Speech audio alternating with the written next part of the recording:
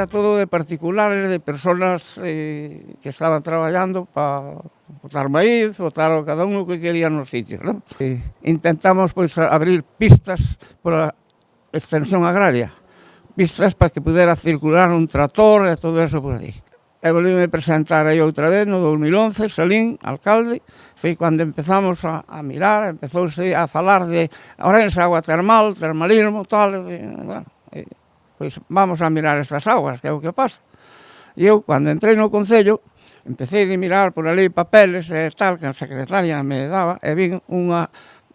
analítica que fixeron cando un alcalde fixo aí un pozo, vin a analítica, e foi unha industria, e ali, pois, alguén dos que están por aquí me recibiron, está ali a señora, e empezamos por aí por facer as primeiras analíticas, e de ano en ano, de mes en mes, de mes en mes, de mes en mes, todos nos fomos botando a pau. Cando chegou o tema de abrirse e tal, eu iba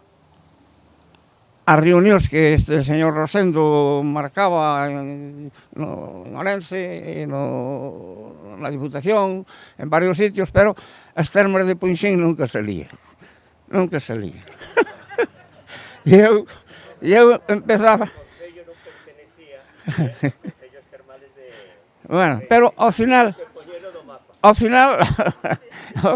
a por de ir dando, pois apareceron as aguas do Bañiño. Como ben sabedes, este é un espazo termal que cando saiu a Lei 8/2019, que é esa lei que regula o que son os aproveitamentos lúdicos aquí en Galicia, pois houve un período transitorio para adaptar todas esas instalacións existentes á nova lei. Eu creo que esta instalación precisamente do Bañiño pois foi unha das primeiras que se adaptou a esa nova normativa que pretende pôr en valor todo o que é o termalismo, os espazos lúdicos termais, as piscinas termais da nosa comunidade autónoma en xeral, pero por suposto en particular da nosa provincia de Ourense, que como ben sabedes somos unha provincia termal e por algo é. Sí que me gustaría dicir, pois ademais de que foron unhas das primeiras en adaptarse á nova lei, tamén foron unhas das primeiras en concorrer ás axudas que a Xunta de Galicia convocou para intentar conseguir esa adaptación á nova normativa. O mellor que se pode dicir deste sitio é que eu debe ser a terceira ou cuarta vez que veño, e cada vez que veño hai algo novo, algo mellor, porque pois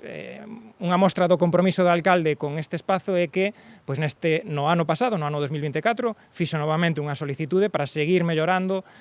abriu un novo vaso, pois fixo nun primeiro momento pois todo o que foi o peche perimetral, os aseos, accesos, vestiarios e demais, e agora pois tamén incluso tamén ampliou as zonas asardinadas, temos ese novo vaso, e como dicía, pois dun xeito colaborativo entre o que é a administración local e, por suposto, as dúas administracións que estamos hoxe aquí. Non vimos a inaugurar únicamente unha piscina que ten moitísimas posibilidades e que ten un valor engadido, sin dúbida, moi forte. É dicir, é unha piscina termal, ao aire libre, pero ademais é accesible. Iso é o que a fai singular, e iso é o que dota de valor engadido a esta actuación, efectivamente, que ten en conta non solamente a parte termal, senón, neste caso, incluindo nun ámbito rural, nun ámbito no que se podía pensar que o mellor non había esa sensibilidade de cara ás persoas con mobilidade reducida, pois incorpora, sin dúbida, pois esta funcionalidade, esta posibilidade que é tan necesaria nun entorno, ademais, magnífico, e que, ademais da piscina, como ben decía Pablo, decía o alcalde, que hai moitísima obra, moito máis ca